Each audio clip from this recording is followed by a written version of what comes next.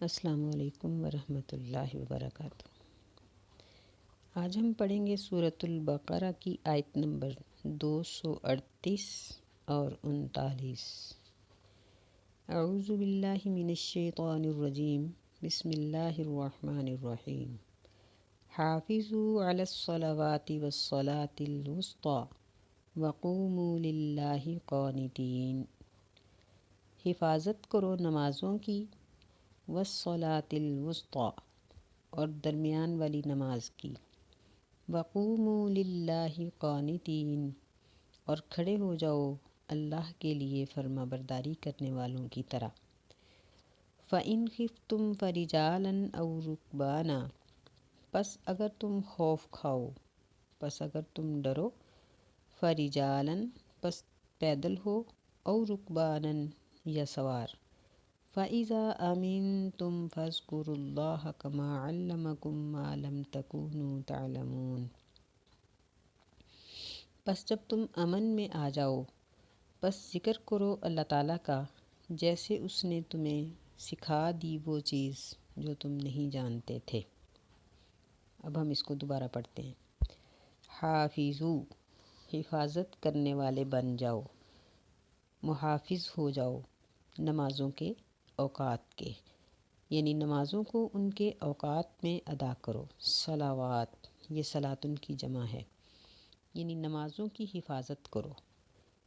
سیدہ عائشہ رضی اللہ تعالیٰ عنہ بیان کرتی ہیں، سیدہ عائشہ نہیں، یہ عبداللہ بن مسعود رضی اللہ تعالیٰ عنہ بیان کرتے ہیں، کہتے ہیں کہ میں نے نبی علیہ الصلاۃ والسلام سے پوچھا ای العمل افضل، کہ کون سا عمل افضل ہے؟ آپ نے فرمایا کہ الصلاۃ فی وقتہا، نماز کو اس کے وقت میں پڑھنا۔ میں نے پوچھا ثم ای، پھر کون سا؟ آپ نے فرمایا الجہاد فی سبیل اللہ، اللہ کی راہ میں جہاد کرنا۔ میں نے پوچھا پھر کون سا عمل؟ آپ نے فرمایا کہ بر الوالدین، والدین کے ساتھ نیکی کرنا۔ سیدنا عبداللہ بن مسعود کہتے ہیں کہ میں آگے سے چپ ہو گیا، اگر میں آپ سے اور سوال کرتا تو آپ مجھے مزید بتا دیتے۔ تو دیکھیں کہ اس میں سر فہرست جو چیز ذکر کی گئی ہے وہ ہے کہ نمازوں کی حفاظت کرو۔ آگے اللہ فرماتے ہیں کہ خاص طور پر والصلاۃ الوسطی درمیان والی نماز کی حفاظت کرو۔ اب یہ صلاۃ وسطی کون سی ہے؟ اس میں بہت سے اقوال ہیں، اور زیادہ جو قول ہیں وہ صلاۃ العصر کے بارے میں ہیں، بلکہ سیدہ عائشہ رضی اللہ تعالیٰ عنہ سے روایت ہے کہ یہاں صلاۃ الوسطی کے بعد صلاۃ العصر کا لفظ پڑھا بھی جاتا تھا، بعد میں اللہ تعالیٰ نے اس کو اپنی حکمت کاملہ کے تحت منسوخ کر دیا۔ یہ پہلے یہ بتا دیا گیا تھا کہ صلاۃ الوسطی صلاۃ العصر ہے، اور بہت سی احادیث سے بھی یہ چیز ثابت ہوتی ہے۔ جس طرح جنگ خندق کے موقع پر نبی علیہ الصلاۃ والسلام کی ایک دن عصر کی نماز رہ گئی تو آپ نے وہاں بھی صلاۃ الوسطی کا لفظ بولا کہ کافروں نے ہماری صلاۃ الوسطی لیٹ کر دی، ضائع کرنے کی کوشش کی ہے۔ تو اگر دیکھا جائے تو تمام نمازیں کسی نہ کسی لحاظ سے صلاۃ الوسطی ہی ہیں۔ وسطی کا معنی ہوتا ہے نا درمیان والی نماز۔ یہ دیکھیں جیسا فجر کی نماز ہے کہ رات ختم ہو رہی ہے، دن شروع درمیان میں آ گئی۔ ظہر کو اگر ہم کہیں گے تو یہ دن کے درمیان میں، عصر کو کہیں گے تو یہ نمازوں کے درمیان میں، اگر ہم صلاۃ المغرب سمجھیں گے تو یہ دن ختم ہو رہا ہے، رات شروع ہو رہی ہے، اگر ہم عشاء کو کہیں گے صلاۃ الوسطی تو یہ رات کے درمیان میں۔ یہی حکمت ہے اللہ تعالیٰ کی کہ ہر نماز کسی نہ کسی لحاظ سے صلاۃ الوسطی ہے۔ مطلب یہ تھا کہ تمام نمازوں کی حفاظت کرو، خاص طور پر عصر کا ذکر کیا گیا۔ تو دیکھیں کہ عصر کی نماز یہ کتنی قیمتی اور بہترین نماز ہے، جن کو خواتین اکثر بازار کی خاطر چھوڑ دیتی ہیں۔ نبی علیہ السلام نے فرمایا کہ جس کی نماز عصر رہ جائے وہ یوں سمجھے کہ جس طرح اس کے بیوی بچے سامان سمیت جل گئے، تباہ ہو گئے، کچھ بھی اس کا باقی نہیں بچا۔ اس قدر زیادہ نقصان ہوتا ہے عصر کی نماز چھوڑنے کا، جو آئے دن عورتیں چھوڑتی ہیں، اور مرد حضرات اکثر کارخانے کے بند کرنے یا دکان کو سمیٹنے میں اس کو ضائع کر دیتے ہیں۔ اسی لیے اس نماز کو مختصر رکھا گیا ہے کہ اس کے صرف 4 فرض ہیں۔ اس کے ساتھ نبی علیہ السلام نے سنتوں پر رغبت تو دلائی ہے، لیکن آپ نے دوام نہیں فرمایا کہ ہمیشہ پڑھی ہوں، جس طرح ظہر کے ساتھ پڑھی ہیں، باقی نمازوں کے ساتھ پڑھی ہیں، کیونکہ یہ بڑی مصروفیت کا وقت ہوتا ہے، تو اس کی حفاظت کرنا یہ مسلمان کے لیے بہت ضروری ہے۔ تیسری چیز اس آیت میں یہ بیان کی گئی وَقُومُوا لِلَّهِ قَانِتِينَ، کہ اللہ کے لیے فرما برداروں کی طرح کھڑے ہو جاؤ۔ یعنی پہلے ابتدائے اسلام میں سلام کا جواب نماز کے دوران دے دیا جاتا تھا، یا کسی ضروری بات کا جواب اشارے سے کر دیا جاتا تھا، لیکن اس آیت کے اترنے کے بعد نبی علیہ الصلاۃ والسلام نے جب حبشہ سے لوگ واپس آئے اور انہوں نے سلام کہا تو آپ نے دوران نماز جواب نہیں دیا، اور فرمایا بعد میں کہ نماز ایک شغل ہے، بندے کو اللہ کے ذکر میں مصروف کر دیتی ہے، مشغول کر دیتی ہے، اس لیے اللہ کے ذکر کے علاوہ اس میں اور کوئی چیز ٹھیک نہیں ہے۔ فَإِنْ خِفْتُمْ فَرِجَالًا أَوْ رُكْبَانًا، پس اگر تم حالت خوف میں ہو تو پیدل ہو یا سوار، ہر صورت میں نماز پڑھو۔ اسے صلاۃ خوف بھی کہا جاتا ہے، یعنی دوران جنگ نماز پڑھنا۔ مجاہدین سے نبی علیہ السلام کے زمانے میں ثابت ہے بہت سی احادیث سے کہ انہوں نے ہر حال میں نماز پڑھی۔ یہی وجہ ہے کہ صلاۃ الخوف کی مختلف صورتیں ہیں۔ جنگ کی نوعیت کے لحاظ سے کبھی مکمل بھی پڑھی جاتی ہے، کبھی خطرہ زیادہ ہو تو 2 رکعتیں بھی پڑھی جاتی ہیں، 1 رکعت بھی پڑھی جاتی ہے۔ ایسے بھی ہوتا ہے کہ مجاہد جنگ کر رہا ہے یا اپنی گاڑی میں ہے، اپنے گھوڑے پر، اپنے اونٹ پر سوار ہے اور نماز بھی پڑھ رہا ہے، کیونکہ اللہ نے فرمایا کہ فَرِجَالًا أَوْ رُكْبَانًا، کہ تم پیدل ہو یا سوار، کسی حالت میں بھی نماز نہیں چھوڑنی۔ یعنی اس میں ہمیں یہ بات بتائی گئی ہے کہ نماز اتنی ضروری چیز ہے کہ بیماری ہو یا خوف، جنگ ہو، نماز نہیں چھوڑی جائے گی۔ جبکہ ہم دیکھتے ہیں کہ بڑے بڑے نمازی لوگ بیماری کی حالت میں نماز چھوڑ دیتے ہیں، اور ان کے اقربا کو کہا جائے، توجہ دلائی جائے تو وہ کہتے ہیں کہ جی اب وہ اتنا بیمار ہے تو ہم اس کو کیسے کہیں کہ نماز پڑھیں۔ تو بات یہ ہے کہ یہی دراصل وہ وقت ہے جب نماز پڑھنی چاہیے۔ اگر کوئی پہلے نہیں پڑھتا تھا تو وہ بھی اب پڑھے، کیونکہ اب تو وہ موت کے کنارے پر ہے۔ بیماری کی حالت میں موت بندے کے زیادہ قریب ہوتی ہے صحت کی نسبت، تو اگر کوئی ہسپتال کے بیڈ پر ہے یا آپریشن تھیٹر سے آ رہا ہے یا جا رہا ہے اور وہ ہوش و حواس میں ہے، تو اس کو چاہیے کہ نماز وہ پڑھے، اور اس کے جو سنبھالنے والے ہیں، تیماردار ہیں، ان کو چاہیے کہ وہ اس کو نماز پڑھائیں۔ بیمار کے ساتھ اور اپنے عزیز کے ساتھ ہماری یہی سب سے بڑی ہمدردی ہے، اور اپنے آپ کے ساتھ بھی، کہ ہم ان حالات میں نماز کی پابندی پہلے سے بھی زیادہ کریں، اور جب صحت مند ہوں تو اس وقت اللہ کا شکر کرتے ہوئے اس وقت بھی پابندی کریں۔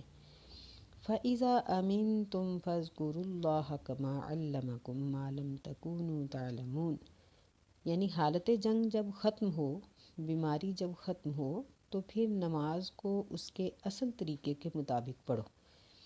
کہ بیمار کے لیے تو اجازت ہے نا کہ وہ کھڑا نہیں ہو سکتا تو بیٹھ کے پڑھ لے، اگر خدا نخواستہ آپریشن یا اس طرح کی کوئی اس کو مرض لاحق ہے یا کمر میں کوئی ایسا درد ہے، لیٹ کے بھی پڑھ سکتا ہے، وضو نہیں کر سکتا تو تیمم کر سکتا ہے۔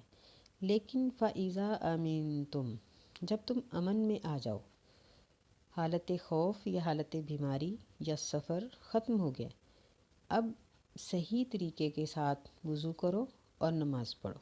کما علمکم، اللہ تعالیٰ نے تمہیں جیسے طریقہ سکھا دیا جس کو تم پہلے نہیں جانتے تھے، تو پھر تم اپنی نماز کو مکمل کرو۔ یعنی نماز ایک انتہائی ضروری چیز ہے۔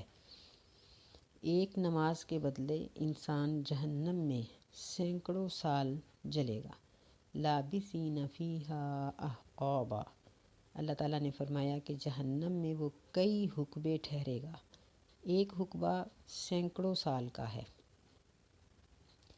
تو دنیا میں کتنا وقت لگتا ہے؟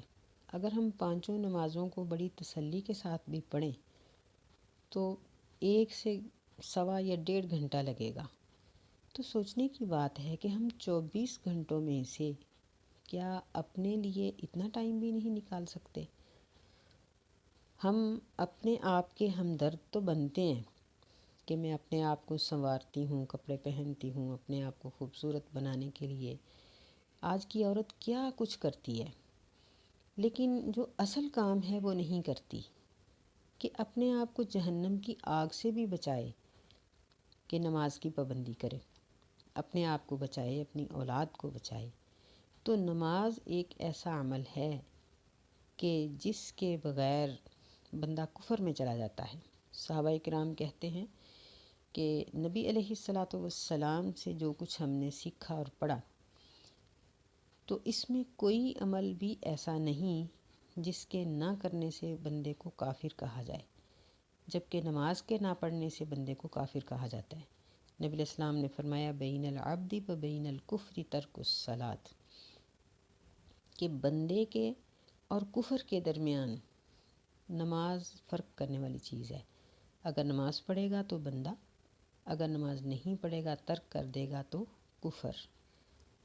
تو کہتے ہیں کہ یعنی نماز ایک ایسا عمل ہے جس کے چھوڑنے پہ بندے کو کافر کہا جا سکتا ہے۔ اور کہتے ہیں کہ ہم جب اپنے ارد گرد کے لوگوں کو دیکھتے تھے تو جس کی نماز میں کمزوری ہوتی تھی اس کو منافق کہا جاتا تھا۔ میں بعض اوقات سوچتی ہوں، میں کہتی ہوں کہ اگر اللہ کے رسول صلی اللہ علیہ وسلم آج تشریف لے آئیں تو ہمارے اعمال کو دیکھ کر ہمیں کن لوگوں کی صف میں کھڑا کریں گے؟ سوچنے کی بات ہے کہ اگر اللہ کے نبی آ جائیں اور لوگوں کی چھانٹی شروع کر دیں کہ یہ مومن ہے، یہ مسلمان ہے، یہ منافق ہے، یہ کافر ہے، تو ہمارے عمل کیسے ہیں؟ ہم کن لوگوں میں جائیں گے؟ غور کرنے کی ضرورت ہے۔ اللہ تعالی ہمیں سمجھنے کی توفیق عطا فرمائے۔ تو یہ طلاق کے مسائل کے درمیان اللہ تعالیٰ نے نماز کے مسائل کو مختصراً اس لیے بیان کیا کہ جس طرح نمازوں کی حفاظت ضروری ہے، ایسے ہی طلاق کے مسائل کی حفاظت بھی ضروری ہے۔ یہ کوئی عورت اور مرد کا کھیل نہیں کہ مرد عورت کے ساتھ کھیلتا رہے یا عورت مرد کے ساتھ کھیلتی رہے، کبھی اس کو طلاق دے دی، کبھی رجوع کر لیا، اور وہ بھی کبھی مقدمہ کر دے، کبھی عدالت میں چلی جائے، کبھی گھر آ جائے۔ نہیں، یہ ایک انتہائی سنجیدہ معاملہ ہے اور اس معاملے کو شریعت کے مطابق ہی طے کرنا چاہیے۔ بسم اللہ الرحمن الرحیم۔ والذین یتوفون منکم ویذرون ازواجا، اور وہ لوگ جو فوت ہو جاتے ہیں تم میں سے، ویذرون، اور وہ چھوڑ جاتے ہیں، ازواجا، بیویاں، وصیۃ لازواجہم متاعا الی الحول غیر اخراج، ان کی بیویوں کے لیے وصیت ہے، لازواجہم، یہ زوج کی جمع ہے، ان کی بیویوں کے لیے وصیت ہے، متاعا الی الحول، فائدہ دینا ہے 1 سال تک، غیر اخراج، نکالے بغیر، فَإِنْ خَرَجْنَ فَلَا جُنَاحَ عَلَيْكُمْ فِي مَا فَعَلْنَ فِي أَنفُسِهِنَّ مِن مَّعْرُوفٍ، پس اگر وہ نکلیں، فَلَا جُنَاحَ عَلَيْكُمْ، پس تمہارے اوپر کوئی گناہ نہیں، فی ما فعلنا، اس چیز میں جو وہ فیصلہ کریں، فی انفسہن، اپنے نفسوں کے بارے میں، من معروف، معروف طریقے سے، واللہ عزیز حکیم، اور اللہ تعالیٰ غالب حکمت والا ہے۔ وللمطلقات متاع بالمعروف، اور طلاق یافتہ عورتوں کے لیے فائدہ دینے کا حکم ہے یا فائدہ دینا ہے معروف طریقے سے، حقا علی المتقین، یہ حق ہے پرہیزگاری کرنے والوں پر، تقوی اختیار کرنے والوں پر۔ کذالک یبین اللہ لکم آیاتہ، اسی طرح اللہ تعالیٰ بیان کرتا ہے تمہارے لیے اپنی آیات کو لعلکم تعقلون، تاکہ تم اس کو سمجھو۔ اب ہم اس سبق کو دوبارہ دیکھتے ہیں۔ ان آیات میں اللہ تعالیٰ طلاق کے مسائل کا اختتام فرما رہے ہیں، اور یہاں جملتاً شوہروں کو پھر وصیت کی جا رہی ہے۔ فرمایا والذین یتوفون منکم، جو لوگ تم میں سے فوت ہو جاتے ہیں اور بیویاں چھوڑ جاتے ہیں تو ان کی بیویوں کو 1 سال تک فائدہ دینا ہے نکالے بغیر۔ بعض نے اس کی تفسیر اس طرح سے کی ہے کہ یہ آیت پہلے عورت کے لیے تھی کہ وہ عدت 1 سال گزارے، پھر اللہ تعالیٰ نے اس سے پچھلی آیت جس میں فرمایا کہ 4 اشہر و 10، 4 ماہ اور 10 دن کے حکم کے ساتھ اس کو منسوخ کر دیا۔ لیکن جو صحیح بات ہے، امام ابن تیمیہ اور دیگر ائمہ کرام کا جس بات پر اتفاق ہے وہ یہ ہے کہ یہ آیت عدت کے لیے نہیں ہے۔ عدت کا ذکر اسی آیت میں ہے کہ 4 ماہ اور 10 دن عورت اپنے شوہر کی وفات پر سوگ منائے۔ یہاں ان کے ورثاء کو کہا جا رہا ہے کہ اگر کوئی شخص فوت ہو جاتا ہے، یہاں خاص طور پر بیوہ عورتوں کے بارے میں ہے، طلاق یافتہ نہیں، کیونکہ طلاق یافتہ عورتیں اگر وہ رجیع ہیں، رجیع طلاق میں ہیں تو پھر شوہر کے گھر میں رہیں گی۔ اگر ان کی طلاق بائنہ ہو گئی ہے، وہ بتہ ہو گئی ہیں، تو پھر وہ شوہر کے ساتھ دوبارہ رابطہ ہی نہیں کر سکتی۔ یہاں ان عورتوں کا تذکرہ ہے جن کے شوہر فوت ہو جاتے ہیں اور وہ اپنے بیوی بچے چھوڑ جاتے ہیں، تو اللہ تعالیٰ نے ان کے شوہروں کے جو اہل خانہ ہیں، سسرال جن کو ہم کہتے ہیں، ان کو یہ بات کہی ہے کہ وہ زیادہ نہیں تو 1 سال تک ان کا خرچہ پانی اٹھائے رکھیں، یعنی 4 ماہ 10 دن تو عدت ہے، اس کے بعد پھر وہ اس مدت سمیت یعنی شوہر کی وفات کے بعد 1 سال تک اگر ان کا خرچہ اٹھا لیں تو یہ بہت اچھی بات ہے۔ اس میں یہ ہے کہ عورت کے لیے بھی مجبوری نہیں کہ وہ لازمی 1 سال انتظار کرے، نہ ہی گھر والوں کے لیے یہ ضروری ہے کہ ان کو جبراً 1 سال رکھیں۔ یہاں یہ ہے کہ اگر ایک عورت شوہر کی وفات کے بعد نیا نکاح نہیں کرنا چاہتی، اپنے بچوں کے لیے اپنے آپ کو وقف کر رہی ہے، تو سسرال والے اور ارد گرد جو اس کے اعزاء و اقرباء ہیں میت کے، ان کو چاہیے کہ کم از کم اس کا 1 سال گزار دیں۔ 1 سال گزارنے سے عورت بڑی حد تک سنبھل جاتی ہے، اپنا کوئی نہ کوئی بندوبست کر لیتی ہے، کچھ کرنا سیکھ لیتی ہے، سیکھ سکتی ہے اور اپنے گھر کا گزارا چلا سکتی ہے، یا جو بھی اللہ تعالیٰ نے اس کے مقدر میں لکھا ہے وہ ہو جائے گا۔ فَإِنْ خَرَجْنَ فَلَا جُنَاحَ عَلَيْكُمْ، یہاں اللہ تعالیٰ نے اس بات سے بھی منع کر دیا کہ تم ان کو جبراً نہ روکو۔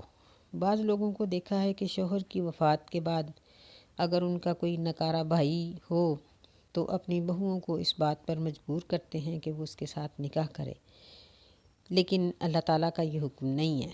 نبی علیہ الصلاۃ والسلام نے فرمایا کہ کنواری لڑکی سے بھی اجازت لے کر اس کا نکاح کیا جائے، لیکن بیوہ یا طلاق یافتہ یہ اپنے نفس کی خود مالک ہے، جس طرح وہ کہے گی اس کے اولیاء ویسے ہی کریں گے۔ ایسی عورت پر تو بالکل جبر نہیں کیا جا سکتا، اس لیے فرمایا کہ فلا جناح علیکم فیما فعلن فی انفسہن من معروف، کہ وہ اپنے نفسوں کے بارے میں جو بھی فیصلہ کریں تمہارے اوپر پھر کوئی گناہ نہیں۔ یعنی اگر وہ عورت حاملہ ہے تو بچے کے پیدا ہونے کے بعد وہ نیا نکاح کرنا چاہتی ہے، یا وہ عدت پوری ہونے کے بعد نیا نکاح کرنا چاہتی ہے، تو اس کو مت روکو۔ یہاں اللہ تعالیٰ نے من معروف کی شرط لگائی ہے کہ معروف طریقے سے، دستور کے مطابق۔ ایک تو دستور کا مطلب یہ ہوا کہ باحیا طریقے سے، دوسرا وہی جو ہم پیچھے پڑھ آئے ہیں کہ ولی کی اجازت کے بغیر نکاح نہیں ہوتا، یعنی ایسی عورت فیصلہ خود کرے گی کہ وہ کہاں چاہتی ہے، لیکن یہ سارا معاملہ اس کا ولی طے کرے گا۔ تو اس لیے فرمایا کہ معروف طریقے سے، یعنی دستور کے مطابق اور اسلام کے قانون کے مطابق۔ واللہ عزیز حکیم، اور اللہ تعالیٰ غالب حکمت والا ہے، یعنی اگر کوئی اس کی نافرمانی کرے تو اس سے بدلہ لینے پر غالب ہے اور اس کا ہر فیصلہ حکمت پر مبنی ہے، کوئی فیصلہ بھی حکمت کے بغیر نہیں۔ وَلِلْمُطَلَّقَاتِ مَتَاعٌ بِالْمَعْرُوفِ حَقًّا عَلَى الْمُتَّقِينَ، یہاں اللہ تعالیٰ نے طلاق یافتہ عورتوں کو فائدہ دینے کا حکم دیا ہے کہ جس طرح ہم پیچھے بھی پڑھ آئے ہیں کہ ایسی عورت جو مدخولہ ہے یا غیر مدخولہ ہے، خامند نے اس کے ساتھ صحبت کی ہے یا نہیں کی، تو فرمایا کہ ایسی عورتوں کو طلاق دیتے وقت کچھ دے دو۔ یہاں پھر اس بات کو دہرایا جا رہا ہے کہ اس کو کچھ دے دو، بالمعروف، دستور کے مطابق، یعنی بہت سا نہیں، جو عام دستور کے مطابق ہے کچھ، تاکہ اس کی جو حوصلہ شکنی ہوئی ہے یا وہ دل برداشتہ ہو رہی ہے تو اس میں کچھ کمی آ جائے۔ حقاً علی المتقین، یہ متقی لوگوں کا حق ہے۔ اب دیکھیں کہ عورت اور کیا چاہتی ہے کہ اس کے ساتھ نیک سلوک کرنے والے کو تقوی کے ساتھ جوڑا گیا ہے۔ مطلب یہ ہے کہ اگر ایک مرد عورت کے ساتھ اچھا سلوک نہیں کرتا تو وہ متقی نہیں ہے، اس کے تقوی میں نقص ہے۔ یہاں فرمایا کہ یہ متقین پر یہ حق ہے کہ وہ طلاق دیتے وقت عورتوں کی حوصلہ شکنی میں کمی پیدا کرنے کی کوشش کریں۔ کذالک یبین اللہ لکم آیاتہ، یہ تمام احکام جو ہم نے اب تک پڑھے ہیں یہ اللہ تعالیٰ کے احکام ہیں، اس کی آیات ہیں، اور ان آیات کو اللہ تعالیٰ واضح کر دیتا ہے، کھول کھول کر بیان کرتا ہے، لعلکم تعقلون، تاکہ تم اس کو سمجھو۔ یعنی یہ طلاق کا سلسلہ یہ بھی معاشرے کے مسائل کا ایک جز ہے، تو جس طرح باقی مسائل سیکھے جاتے ہیں اس مسئلے کو بھی سیکھا جائے، اور اگر ایسا کوئی مرحلہ پیش آ جائے تو شریعت کے مطابق اس کو گزارا جائے۔ یہاں پر طلاق کے مسائل کا اختتام ہوا۔ اللہ تعالیٰ نے ہمیں بڑی وضاحت کے ساتھ سارا مسئلہ سمجھا دیا کہ طلاق غصے میں آ کر دی گئی ہو تو چاہے ایک ہی مجلس کی 100 طلاقیں ہوں، شرعی طور پر ایک ہی شمار ہوگی۔ اگر مجلس بدل بدل کر وہ بات طلاق کی کرے گا تو پھر تینوں ہی شمار ہو جائیں گی۔